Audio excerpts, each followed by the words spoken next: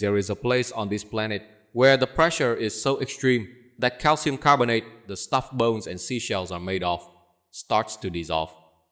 Below 6,000 meters in the ocean, rigid skeletons become a death sentence. So how is a fish living at 8,000? The Hadal Snailfish solved the problem by doing something no other vertebrate has done. It carries a mutation that stops its own bones from fully hardening. Its skull has gaps that never seal shut, and instead of collapsing under the weight of the ocean, its soft, flexible body absorbs it. If you'd asked any marine biologist in the early 2000s about vertebrate life in the Hadal zone, they would have told you nothing with a backbone belongs down there. The pressure alone should crush internal organs. The darkness is total. The water sits just above freezing, and the seafloor at those depths is a barren stretch of sediment, miles from sunlight and photosynthesis.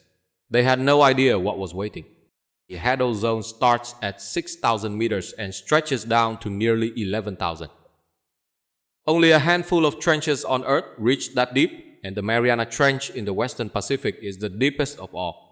Its lowest point, the Challenger Deep, sits roughly 11 kilometers below the surface. The pressure down there is over 1,000 times what you feel standing at sea level. A styrofoam cup lowered to the bottom comes back the size of a thimble. Metal groans and cameras implode. Yet life persists. The Hadal Snailfish, known to researchers as Pseudoliparis swirei, was first formally described in 2018 after being collected from the Mariana Trench at depths between 6,000 and roughly 8,000 meters, according to the Nature Ecology and Evolution study that published its genome. This fish is small, pale, and translucent, almost ghostly. You can see its organs through its skin. It has no scales. Its body is gelatinous, closer to jelly than muscle. It looks like something that should fall apart in your hands. It is the exact opposite. Its secret sits inside its DNA.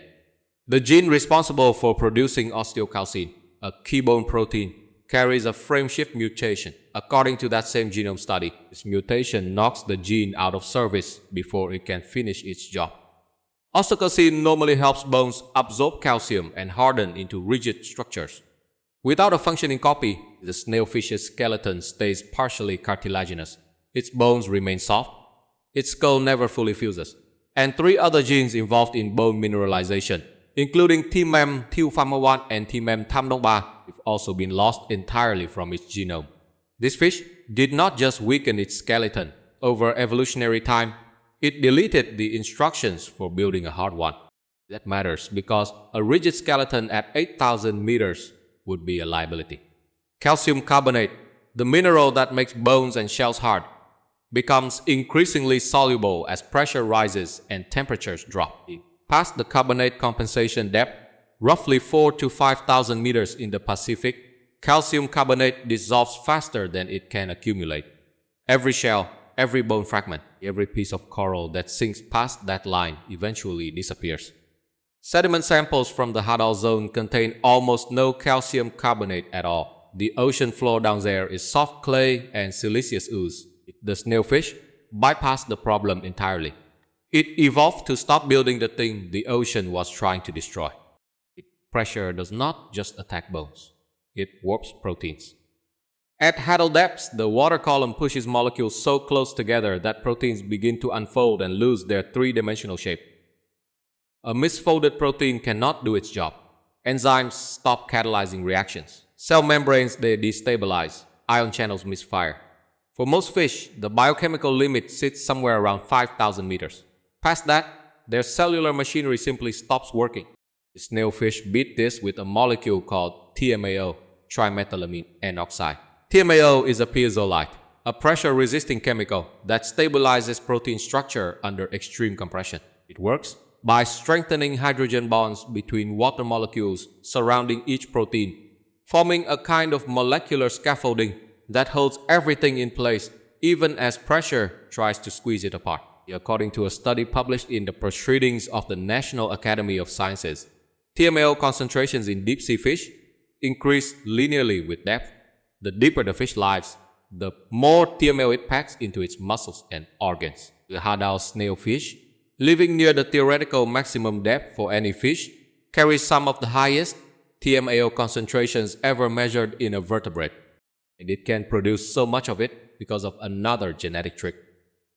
According to genome research published in PLOS Genetics, the Hadal Snailfish has 5 copies of the FMO3 gene, where the average fish carries 1. The FMO3 gene encodes the enzyme flavin-containing monooxynase 3, which converts trimethylamine into TMAO. 5 copies means the snailfish can crank out this protective molecule at a rate no other vertebrate can match. On top of that, the snailfish's gut is loaded with bacteria that generate the raw material, trimethylamine, feeding the whole system from the inside. The fish does not just tolerate pressure, it runs an internal chemical factory designed to resist it. So you have a fish with a skeleton that refuses to harden and a protein shield that multiplies under pressure. Those 2 adaptations alone would be enough to earn it a place in any biology textbook. But the snailfish is not the only organism that has rewritten its own rules to survive in the Hadal zone. The deeper you go, the stranger things get. If you're finding this interesting, consider subscribing. There are more deep dives like this one on the channel every week. Scattered across the floor of the Mariana Trench, you will find xenophyophores. They are single-celled organisms, 1 cell, and some of them grow to the size of your fist, around 10 centimeters across, sometimes even larger. They have been documented at depths exceeding 10,000 meters, making them among the deepest living organisms ever found. They belong to the foraminifera, a group of amoeba-like protists, but they look nothing like any amoeba you have seen under a microscope. They build elaborate outer shells called tests by gluing together tiny fragments of sediment, mineral grains, sponge spicules, the skeletons of other dead organisms. The result looks like a lump of seafloor debris, but inside is one continuous cell containing thousands of nuclei. They are the largest single-celled organisms known to science. They thrive in a place where multicellular animals struggle to survive. Xenophyophores are not just living down there. They are shaping the habitat around them. Their tests create small ridges and pockets on the otherwise featureless seafloor, providing shelter for tiny invertebrates and trapping organic particles that other organisms feed on. Where you find xenophyophores, you find more biodiversity around them. They are the unintentional architects of the abyss. Then, there are the amphipods. Hirondelia gigas is a tiny crustacean, roughly the length of a paperclip, and it dominates the scavenging community in the deepest trenches on Earth. Drop a baited trap to the bottom of the Mariana Trench, and within hours, these amphipods will swarm it by the thousands. They are aggressive, efficient, and everywhere. In a zone with almost no visible life, they are the closest thing to a crowd. But food at 11,000 meters is desperately scarce. Whale carcasses and dead fish sink down occasionally, but those events are rare and unpredictable. That is not enough to sustain an entire population year-round. According to a study published in PLOS One, researchers discovered that Hirondelia gigas has evolved its own cellulase enzyme, a molecule that can break down cellulose, the tough structural material in wood and plant matter. When chunks of wood sink to the trench floor from distant coastlines, river systems, or storms, these amphipods can actually digest them. No other deep-sea amphipod had been documented with this ability before. The enzyme, which the researchers classified as a family 31 glycosyl hydrolase, is unlike any cellulase found in related species. It performs even better under the extreme pressure and near freezing temperatures of the Challenger Deep than it does at surface conditions. Evolution did not just help these amphipods tolerate the trench, it optimized their biochemistry for it. This is what makes the Hadal zone so disorienting to study. The rules that apply everywhere else in the ocean break down here. Bones become a disadvantage. Proteins need chemical bodyguards to hold their shape. Single cells grow to the size of a golf ball. Shrimp-like creatures evolve the ability to eat driftwood. Every organism at these depths has rewritten some fundamental part of its own biology to exist in a place that seems engineered to prevent life.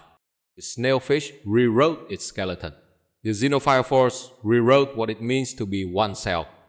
The amphipods rewrote their entire diet at the molecular level, and all of them did it in total darkness. under pressures that would crush a submarine hull on a seafloor that most humans will never see with their own eyes. We have better maps of the surface of Mars than we do of the Hadal trenches. Most of the ocean floor remains unmapped and unobserved.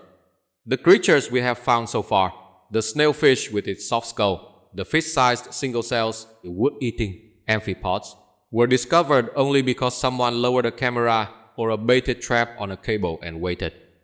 The Hadal zone is one of the smallest biomes on the planet. It may hold some of the most unusual biology anywhere on it. And we have barely started looking. The Mariana Trench is not empty. It never was. It just took us decades of engineering to build something that could survive long enough to see what was already living there.